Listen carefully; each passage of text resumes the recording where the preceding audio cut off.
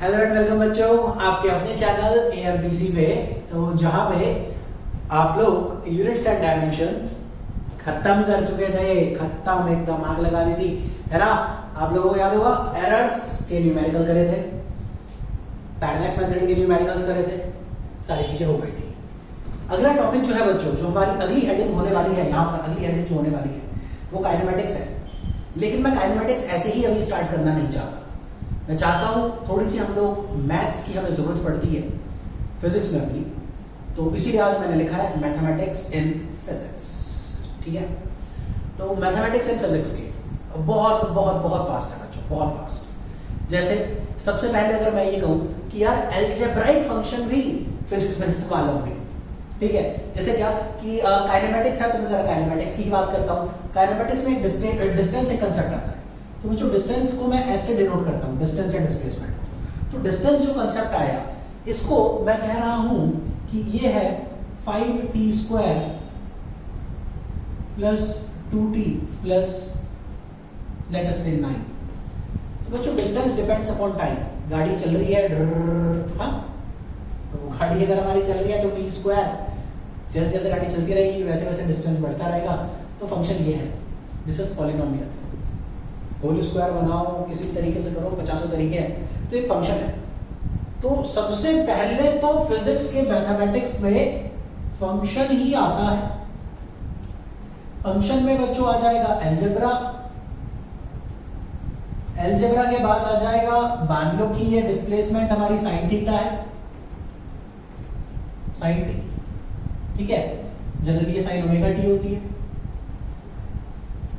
हाँ। Angular SHM simple harmonic motion में पढ़ेंगे। तो बच्चों ये हो गया ट्रिग्नोमेट्री। फिर इसके बाद इन्वर्स ट्रिगो आएगी, कम इस्तेमाल होती है थोड़ी, लेकिन आएगी।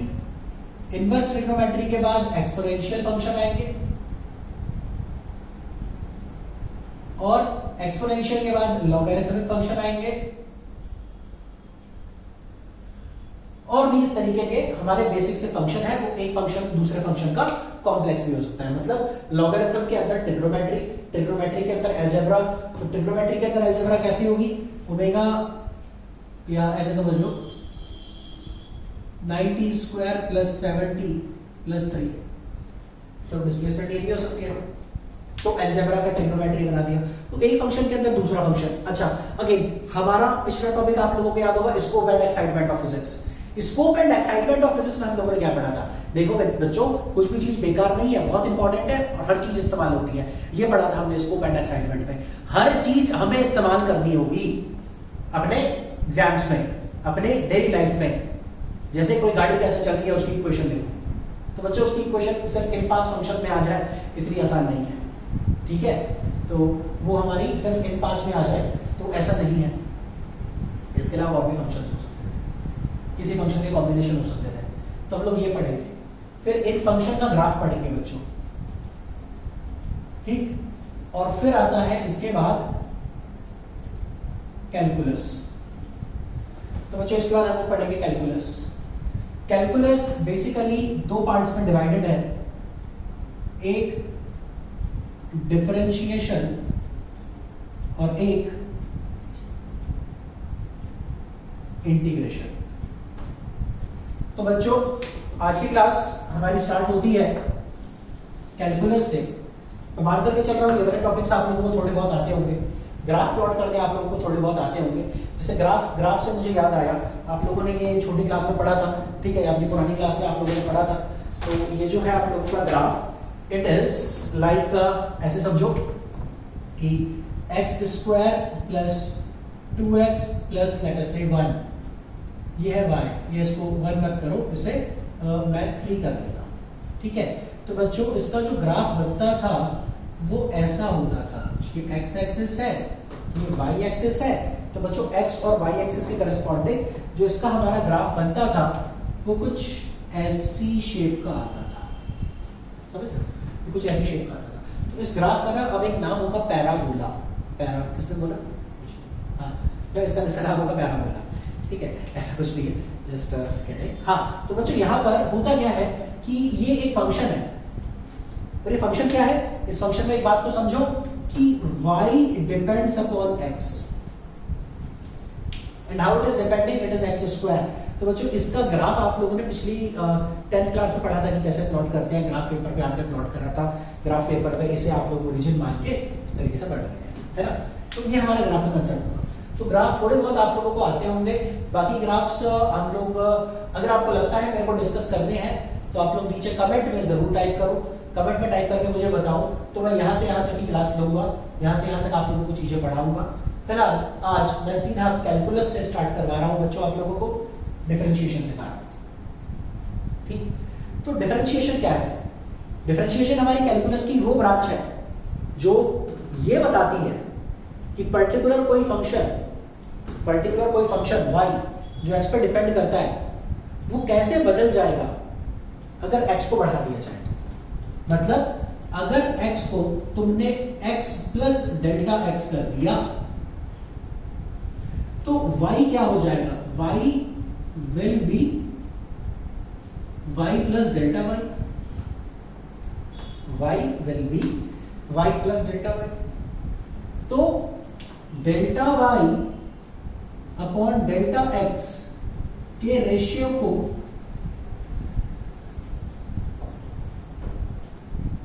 डिफरेंशिएशन कहते हैं।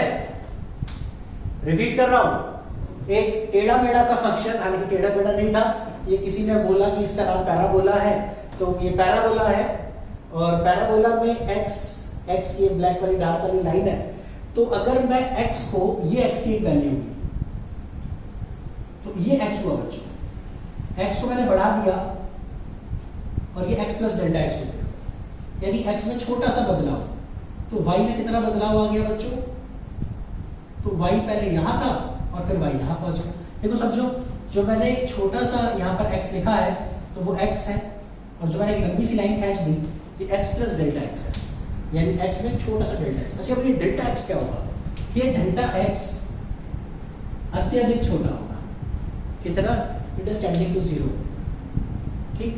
मतलब क्या हुआ, ऐसे सोचो, टाइम के साथ साथ गाड़ी चल रही है, टाइम के साथ साथ गाड़ी चल रही है।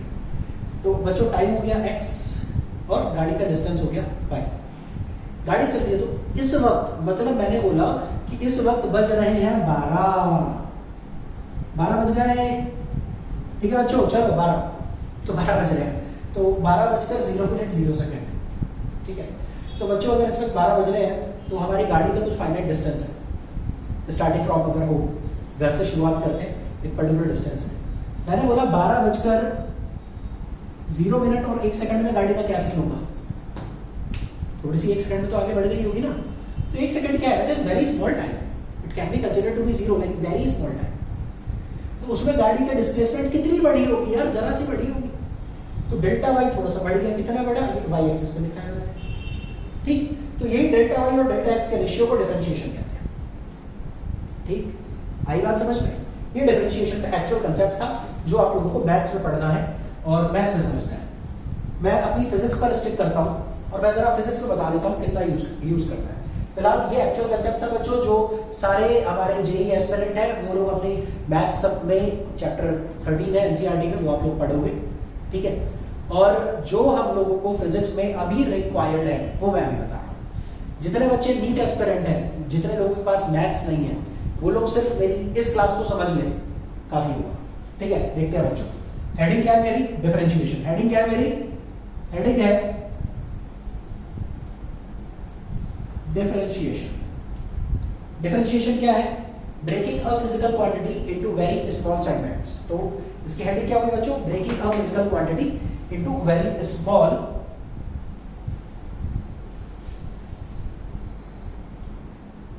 Breaking a physical quantity into very small parts। खत्म कहानी। तो बच्चों ये स्मॉल पार्ट्स और कंसेप्ट क्या है जरा मैं इसको समझूं। ये स्टार्टिंग पॉइंट था, स्टार्ट,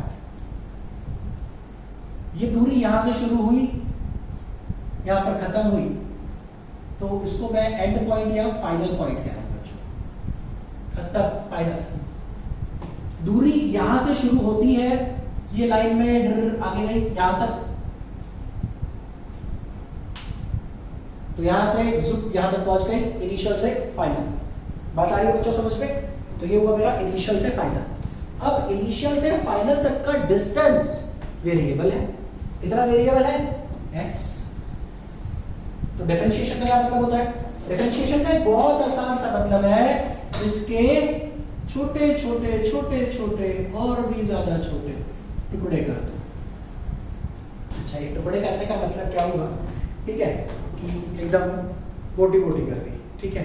हालांकि मैं यहां पर ये कहना चाह रहा हूं, ये एक लेंथ है x, ओके, और ये 30 सेंटीमीटर की लेंथ है, इस वक्त कांस्टेंट हो गई अगर x है।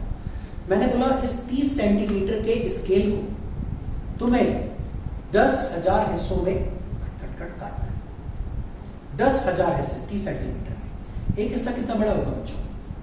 डिवाइड करके आप लोग बता सकते हो, है ना? वो अलग बात है। प्रैक्टिकली सोचो एक हिस्सा कितना सा होगा, कितना दिखेगा आपको? स्केल के 10,000 हिस्से करो, कितना दिखेगा? That is very small tending to zero. अब आप लोग मेरी बात समझ गए? क्यों ये कितना छोटा है? इतना। जीरो कहने का क्या मतलब था कि सर ये जो स्केल है ना 30 सेंटीमीटर का, इसके हमने 10,000 टुकड़े कर दिए। अच्छा, 10,000 समझ में नहीं आ रहा, 1,00,000 टुकड़े कर दिए। सारे टुकड़े ऐसे लंबे लंबे काटेंगे, ऐसे स्लाइसेस मत कर देना, ऐसे 1,00,000 टुकड़े कर दिए। एक छोटा पार्ट कितना होगा? Very small. बच्चों मैं यहाँ पर 1,00,000 टुकड़े करके नहीं शो कर सकता, लेकिन मैं कह रहा हूँ एक छोटा सा पार्ट डेल्टा एक्स होगा। इस डेल्टा एक्स अगर ये बहुत ज्यादा छोटा है तो मैं dx लिख दूंगा। तो मैंने क्या समझा? मैंने ये समझा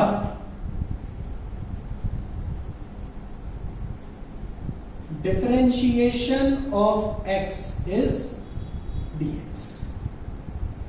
डिफरेंशिएशन का सिंबल क्या होगा? सिंबल ऑफ डिफरेंशिएशन, तो बच्चों सिंबल होगा d, जस्ट इसके अंदर जिसका भी डिफरेंशिएशन करना है वो। और अगर मैं कहूं d अपॉन dx, सो ये क्या सिग्निफाई करता है?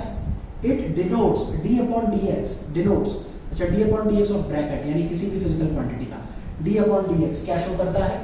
इसको थोड़ा सा बड़ा बड़ा लिखते हैं। हाँ बच्चों, d upon dx of any function, this function may be this, तो d अपॉन dx क्या शो करता है बच्चों? d अपॉन dx आपका शो करता है, it denotes differentiation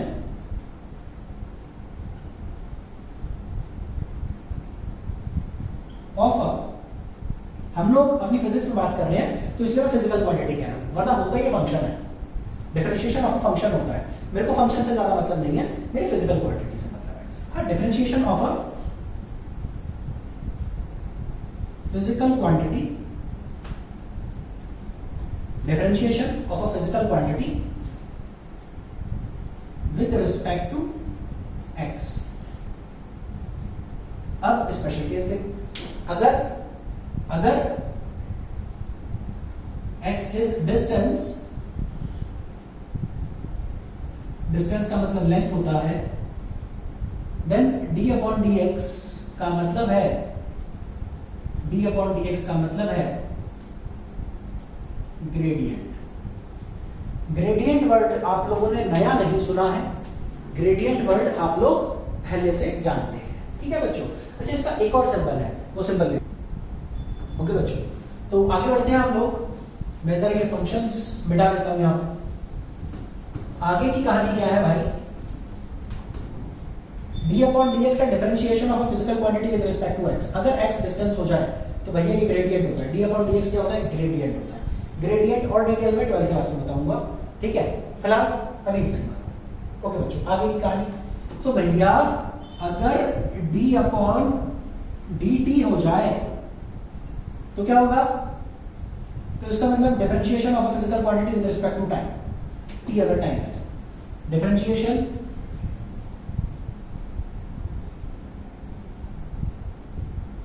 of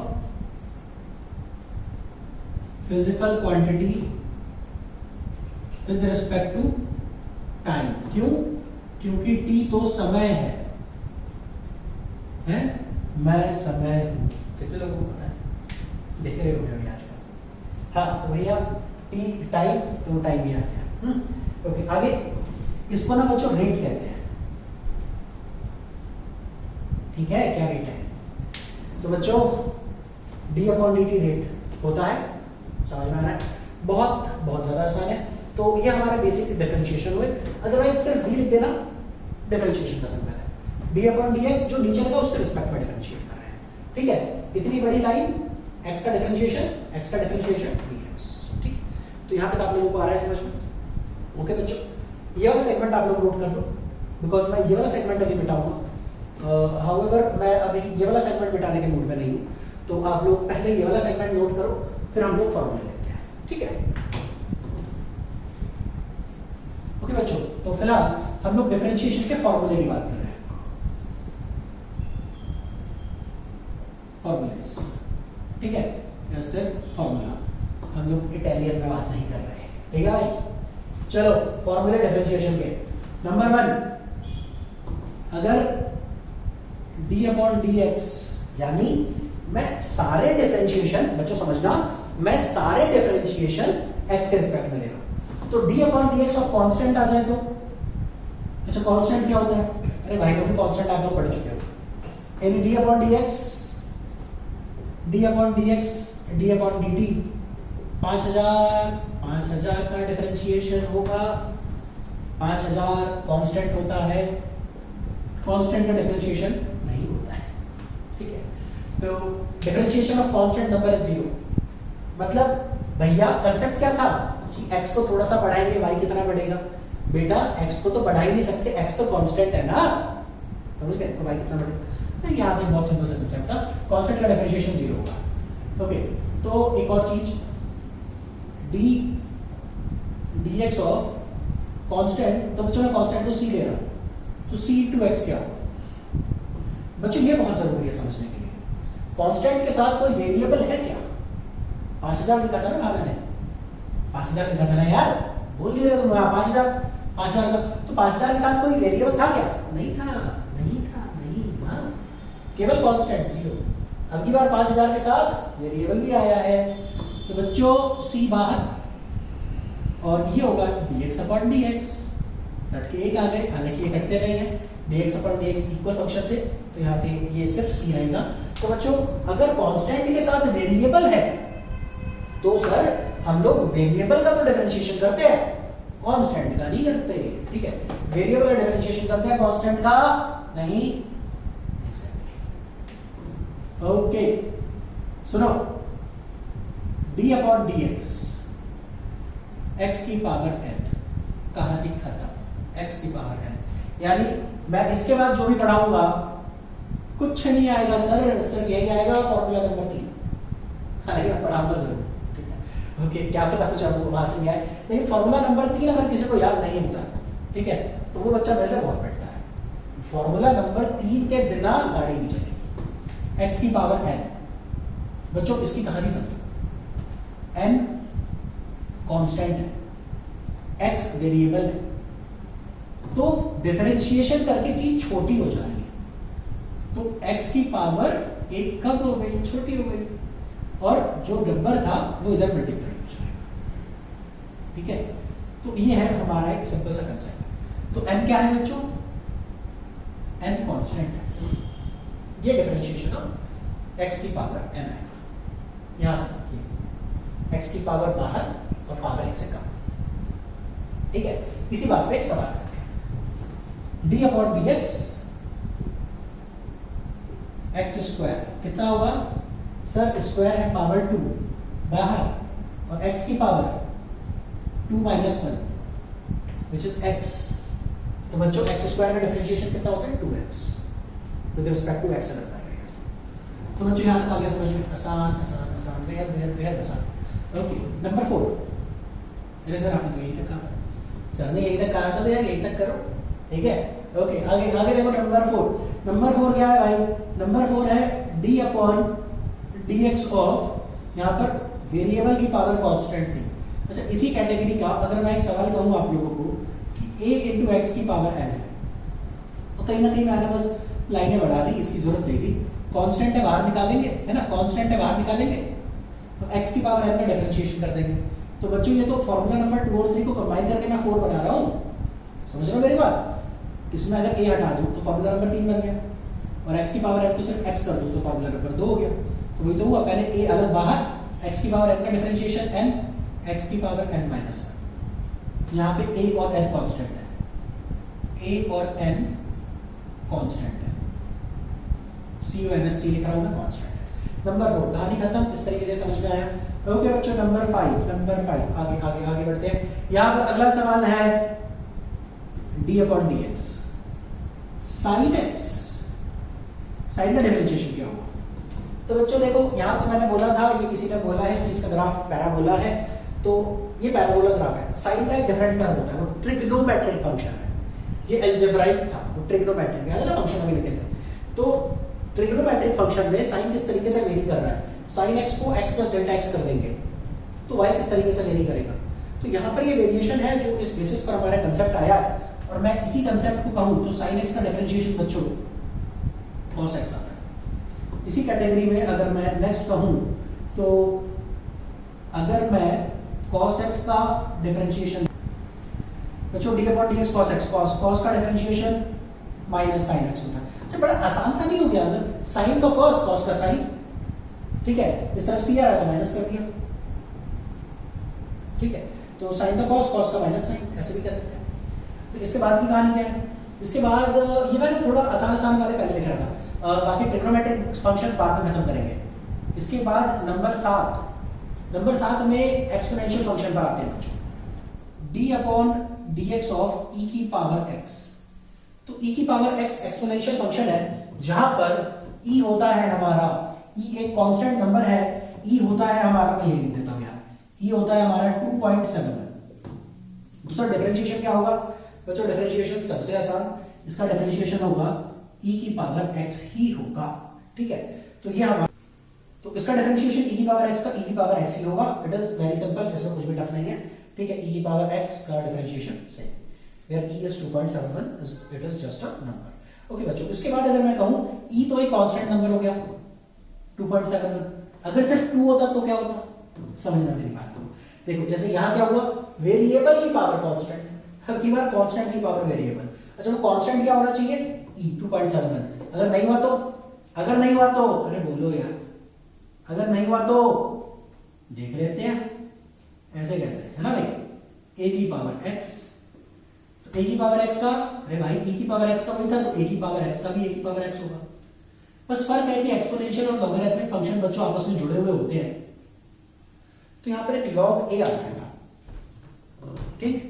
a की जगह a भी मेरा कांस्टेंट है, e तो कांस्टेंट था ही था, a क्या है मेरा कांस्टेंट, ऊपर भी था ना यार, इस्तेमाल हुआ था कहीं, a कांस्टेंट तो a की पावर x, समझे, मतलब वेरिएबल की पावर कांस्टेंट, वेरिएबल की पावर कांस्टेंट, कांस्टेंट की पावर वेरिएबल, अकेले ये इस्तेमाल नहीं होंगे, ठीक है। स्टार एक ही जगह था, याद वही करना है, लेकिन ये जानने के लिए सब जानो, कॉपी उठाओ, नोट्स बनाओ फटाफट, सारे फॉर्मूले खत्म नहीं हुए, पिक्चर अभी बाकी है, ठीक है। तो फिलहाल मैं ये वाला सेगमेंट यहां से थोड़ा सा ऐसे कर लेता हूं, ठीक है। हाँ, अगला e की पावर x, एक्सपोनेंशियल के बाद लॉगरिथम पर आते हैं बच्चों, फॉर्मूला नंबर 9। तो लॉगरिथम पर अगर मैं आता हूं, फॉर्मूला नंबर 9, तो ये है d/dx log बेस ex, यानी log का फिर से बेस e होना जरूरी है। तो बच्चों इसका डिफरेंशिएशन 1/x होता है, ठीक, log x का डिफरेंशिएशन 1/x। तो बच्चों अगर मैं यहां से कहूं फिर से log बेस e ना हो तो log बेस 10 हो जाए तो, है ना, तो उसको भी समझ लेते हैं, d/dx of log base ax। तो बच्चों ये होगा 1/x, फिर से वही, और log ea, मतलब इसको कन्वर्ट करता था, तो ये वैल्यू आएगी। फॉर्मूला नंबर 10, कहानी खत्म, ठीक है। तो यहां तक ये था, ओके। आगे देखते हैं, अगर इसके साथ कुछ 5000 मल्टीप्लाई भी हो जाए तो बच्चों वो 5000 बाहर आ जाएगा, वो 5000 कांस्टेंट है, वो बाहर आ जाएगा, ठीक है। आपको मेरी बात आ रही होगी समझ में। ये था हमारा formula number 10। Formula number 11 number की बस, हाँ ठीक है भाई। फॉर्मूला नंबर 11, तो फॉर्मूला नंबर 11 की बात करते हैं, बेहद आसान। साइन कॉस हो गए, ट्रिग्नोमेट्री में चल रहे थे भाई, ट्रिग्नोमेट्री।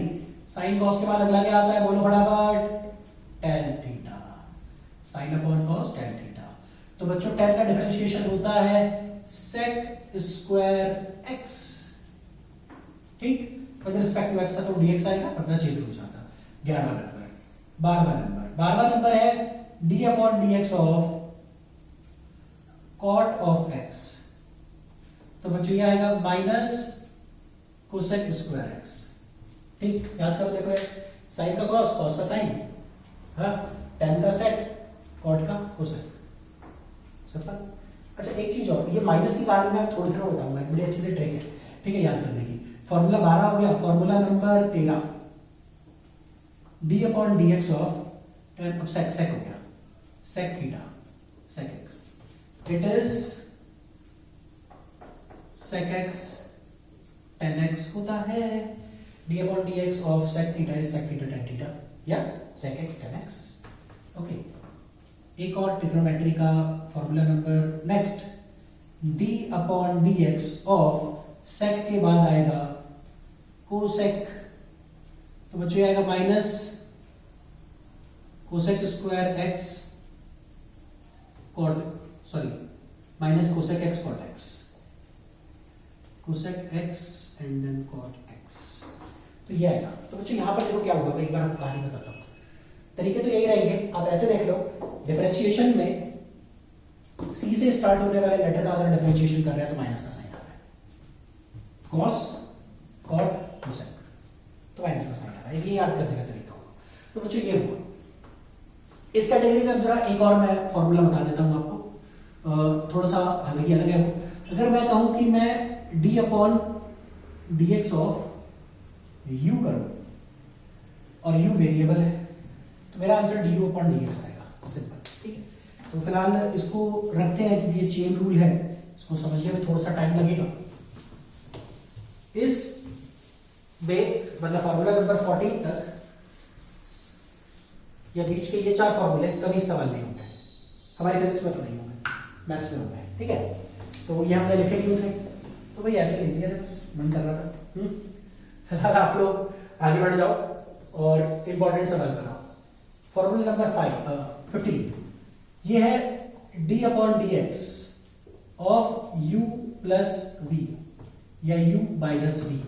तो ये प्लस माइनस एरर नहीं है, सबसे पहले तो ये समझो, ये प्लस माइनस एरर नहीं है, ये प्लस हो या माइनस हो, मैं ये लिख रहा हूं, या तो प्लस होगा या तो माइनस होगा। तो यहां पर देखो क्या हुआ, what is u and v, तो u हो गया और v हो गया फंक्शन ऑफ x, fn मतलब फंक्शन ऑफ x, यानी u हो गया मान लो sin theta sin x, v हो गया मान लो tan x, तो sin x plus tan x का डिफरेंशिएशन क्या होगा, cos x plus sec square x, ये लिखने का तरीका था। फिलहाल अगर प्लस या माइनस है तो फॉर्मूले में du अपॉन dx, प्लस है तो प्लस, माइनस है तो माइनस, dv अपॉन dx। सवाल में देखिए इसको बाद में समझेंगे। नंबर 16, ठीक है, तो नंबर 16 की बात करते हैं बच्चों, ये है d upon dx of u into v। What is u into v, it is, पहले समझना इसको, यहां पर एडिशन आ रहा था या सब्ट्रैक्शन आ रहा था, इसको एडिशन रूल कहते हैं। इसको जब मैं ऐसे लिख रहा हूं तो इसको हम लोग कहेंगे मल्टीप्लाई में प्रोडक्ट रूल, ठीक है। अब प्रोडक्ट रूल में क्या होता है, u और v दोनों x के फंक्शन है, तो पहले u को कांस्टेंट कर दो, dv अपॉन dx, फिर v को कांस्टेंट कर दो, du अपॉन dx। फिलहाल मैं इसको पहले v को कांस्टेंट कर देता हूं, वो ज्यादा आसान पड़ेगा। पहले v कांस्टेंट जो लिखा था u, उसका डिफरेंशिएशन करा, एक फंक्शन था, फिर प्लस लगाओ, u का डिफरेंशिएशन हो गया तो u को बाहर करो, v का डिफरेंशिएशन रह गया तो dv अपॉन dx। कैसे लिखा, पहले v बाहर निकाल के u का डिफरेंशिएशन, फिर प्लस u बाहर निकाल के v का डिफरेंशिएशन, तो यहां पानी वैल्यू हो रही है, बात आई समझ में, ये प्रोडक्ट रूल था बच्चों। उसके बाद quotient rule, quotient rule formula number 17 d upon dx of u upon v, याद करने का तरीका बच्चों, अच्छा u अपॉन v में तुम ये कहानी पर भी जा सकते थे, इसको 1 अपॉन v मान के डिफरेंशिएशन कर दिया, तो क्वेश्चन रूल प्रोडक्ट रूल से डिराइव तो हो सकता है, लेकिन अभी रटो। कैसे रटना है सर, जो डिनोमिनेटर में उसका स्क्वायर कर देंगे। अब डिनोमिनेटर वाले का स्क्वायर करा है तो इसको डिफरेंशिएशन बाद में करेंगे, पहले जो बच गया है उसका डिफरेंशिएशन करो, du अपॉन dx। अब क्वोशिएंट है, डिवीजन है, तो बच्चों माइनस का साइन आएगा, माइनस v का डिफरेंशिएशन करना है dv अपॉन dx, और u का हो चुका है तो u का नहीं करेंगे। क्वोशिएंट रूल समझ में आएगा। क्वोशिएंट रूल के बाद बेहद important chain rule. Chain rule में क्या होता है, चेन रूल है हमारा formula number x v i i i। Okay, तो फॉर्मूला नंबर है चेन रूल पे, इसका नेक्स्ट d अपॉन dx, ठीक है, ऑफ u ऑफ, या आप ऐसे कहो कि हमारे अलग अलग फंक्शन है, तो ये हो गया u ऑफ u। तो बच्चों मैं कह रहा हूं कि y is a function of u and u is a function of x। तो जो dy अपॉन dx है, चेन रूल कहता है dy अपॉन dx को लिखो dy upon du into du upon dx। क्या मतलब हुआ भाई, मेरा x अलग है y अलग है, आपस में रिलेटेड नहीं है, तो क्या सीन हुआ, y u पे डिपेंड कर रहा है, तो y का u के रिस्पेक्ट में डिफरेंशिएशन, फिर u का x के रिस्पेक्ट में, तो इसके न्यूमेरिकल हम लोग देखेंगे तब समझ में आएगा। तो बच्चों यहां पर हमारे 18 फॉर्मूले हुए, 18 फॉर्मूले आप लोग फटाफट नोट कर दो या स्क्रीनशॉट ले लो, ठीक है, ओके। तो फिलहाल आगे बढ़ते हैं, तो सवाल देखते हैं फटाफट जरा। मुद्दे की बात है, ये फॉर्मूला याद रहना चाहिए बस, ठीक है, और ये तरीके थे हमारे, ये 4, इसलिए मैंने ये कर दिया, तो ये 4 तरीके थे। अब सबसे पहले सवाल, question number 1, d upon dx of 5000, answer 0 था, है ना। अगला सवाल देखते हैं, d upon dx of x square हो चुका है। तो बच्चों हम लोग 2 सवाल कर चुके हैं, यह क्वेश्चन नंबर 3। क्वेश्चन नंबर 1 क्या था, d upon dx of 5000, answer आया 0। क्वेश्चन नंबर 2 था d upon dx of x square, answer आया x स्क्वायर का आंसर आया 2x। क्वेश्चन नंबर 3 है 9x square plus 10x plus 7 ना, यहां लेता हूं मैं minus 9x square minus 10x plus 7। बच्चों मैं जाऊंगा फॉर्मूला नंबर 15 पे, एडिशन या सब्सट्रैक्शन हो रहा है। 9x स्क्वायर पहला फंक्शन u मान सकते हो, 10x दूसरा फंक्शन v मान सकते हो। क्या बोल रहे थे पहले, u and v are the functions of x, u and v are the function of x। Solve करते हैं इस क्वेश्चन की अगली लाइन के लिए। मैंने लिखा d upon dx of 9x square खत्म, माइनस d अपॉन dx, अंदर ये ब्रैकेट जाएगा, d upon dx 10x plus d upon dx 7। बच्चों एडिशन रूल था, d अपॉन dx u और v के साथ अलग अलग आ गया, बाकी बार u v और साथ, तो u v और साथ। अच्छा u v जो जितने भी 5 फंक्शन होते हैं, तो मैं 5 बार इसको ऐसे लेते हैं, 5 बार ऐसे लेता, लाइन बढ़ जाती है और कुछ नहीं होता। आगे बात समझ में, ओके। फॉर्मूला नंबर 3 ही देखते हैं, x स्क्वायर 9 कांस्टेंट है, 9 को बाहर निकाला, x स्क्वायर का डिफरेंशिएशन 2x खत्म बात। 10 कांस्टेंट है, बाहर निकाला, dx अपॉन dx 1 होगा, dx अपॉन dx 1 होगा। 7 कांस्टेंट नंबर है, प्लस 0 कर दो, कोई फर्क नहीं पड़ता प्लस 0 से। 9 दूना 18x माइनस 10, आंसर। क्वेश्चन क्या था, क्वेश्चन नंबर 3 था, sir 9x square plus 10x plus 7 को डिफरेंशिएट करो, तो बच्चों आंसर आ गया 18x plus 10। Question number 4, question number 4 ले रहा हूं मैं, d upon dx of sine x plus x square. तो बच्चों साइन x का डिफरेंशिएशन क्या होगा, cos x x स्क्वायर का 2x, तो आंसर है cos x प्लस 2x। खत्म कहानी, आसान था, समझ में आया। पीछे वाले फॉर्मूले देखो, sin x का डिफरेंशिएशन cos था, x स्क्वायर का 2x था, तो यहां से आप लोगों का आंसर आ गया। This is very simple. Okay बच्चों, अगला सवाल देखते हैं, क्वेश्चन नंबर 5। तो क्वेश्चन नंबर 5 मैं यहीं पर ले रहा हूं और इसको देखो मैं कैसे ले रहा हूं, समझना। Question number 5, d upon dx of x square into sine x square into sine x into, तो क्या आया बच्चों? सबसे पहले v जो बाद में लिखा है उसको अलग कर दो यार, साइन एक्स को अलग कर दो, bracket dx square upon dx, फिर प्लस एक्स स्क्वायर का डिफरेंशिएशन अब की बार नहीं होगा, d upon dx sine x. समझे कैसे लिखा मैंने? पहले v को कांस्टेंट कर दिया, बाहर निकाला साइन को, एक्स स्क्वायर का डिफरेंशिएशन, फिर एक्स स्क्वायर को कांस्टेंट कर दिया, साइन एक्स का डिफरेंशिएशन। तो ये प्रोडक्ट रूल का ये फॉर्मूला था, होपफुली समझ में आ रहा होगा। एक्स स्क्वायर का डिफरेंशिएशन 2x होता है, 2x sin x plus x square sine का डिफरेंशिएशन बच्चों cos x। क्वेश्चन नंबर 5 कहानी खत्म, ठीक है, नोट करो। ओके, अगला सवाल जो है हमारा इसी कैटेगरी का बेहद आसान सवाल है, ठीक है।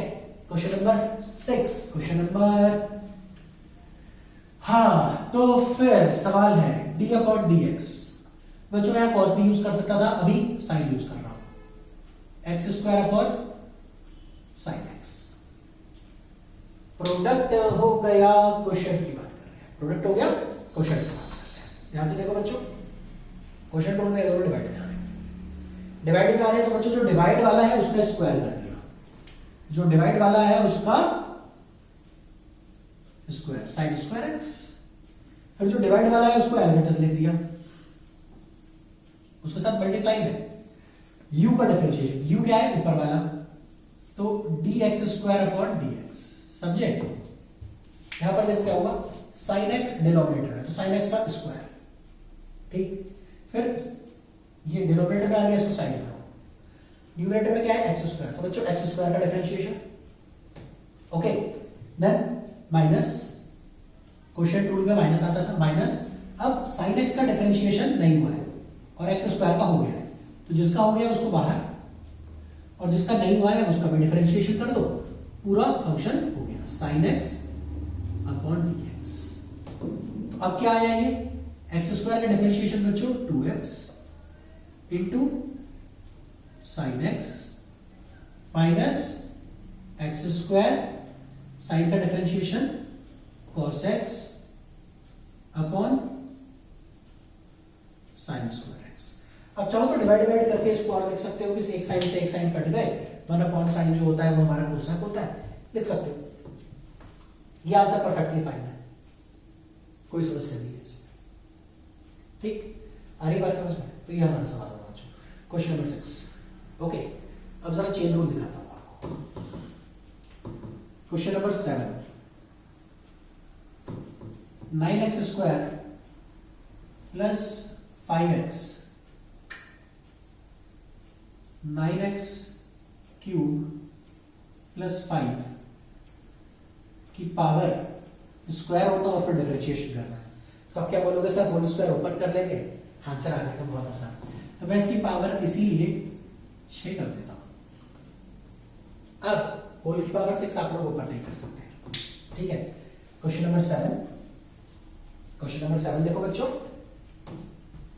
9x क्यूब माइनस 5 की पावर 6, तो 9x क्यूब माइनस 5 हमारा u है, तो u की पावर 6 यानी y u का फंक्शन और u x का फंक्शन, यानी y जो है वो 9x क्यूब माइनस 5 है और u x का फंक्शन है। तो इसको देखो मैं कैसे लिख रहा हूं, मैं इसको कह रहा हूं let u equals to 9x cube minus 5। तो अब क्या होगा, d अपॉन dx u की पावर 6। तो बच्चों u की पावर 6 है, तो 6 बाहर, यार यही तो फॉर्मूला हुआ, 6 बाहर, फिर u की पावर 5, फिर लिखेंगे du/dx। समझे? अच्छा, अब मैं u की वैल्यू पुट कर दूंगा। चेन रूल था ना, बच्चे को u का भी डिफरेंशिएशन होगा। तो अब देखो, अगर मैं ये वैल्यू पुट कर दूंगा तो क्या आएगा बच्चों, ध्यान से देखो।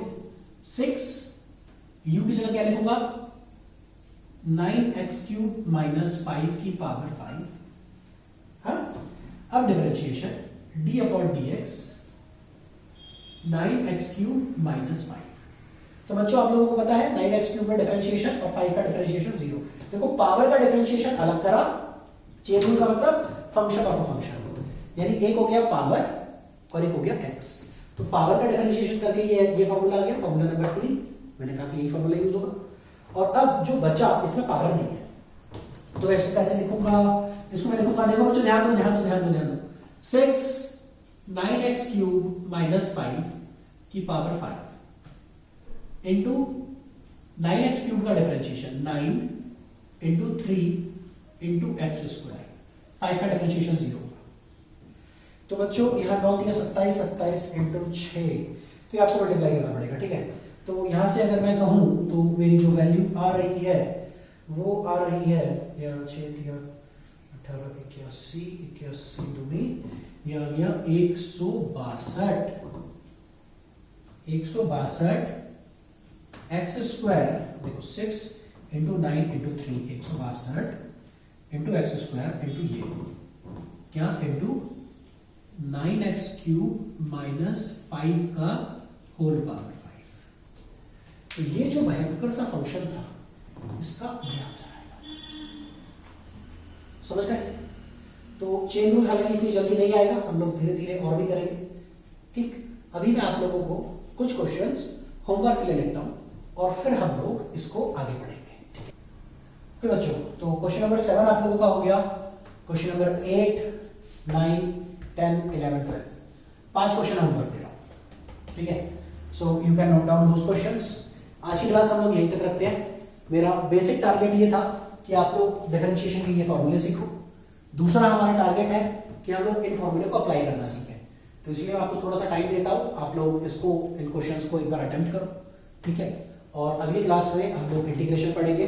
अगर आपको बाकी की चीजें भी पढ़नी है तो कमेंट सेक्शन में नीचे जरूर आप लोग मेंशन करना, ठीक है बच्चों। तो आज के लिए इतना ही। Thanks for watching, bye bye.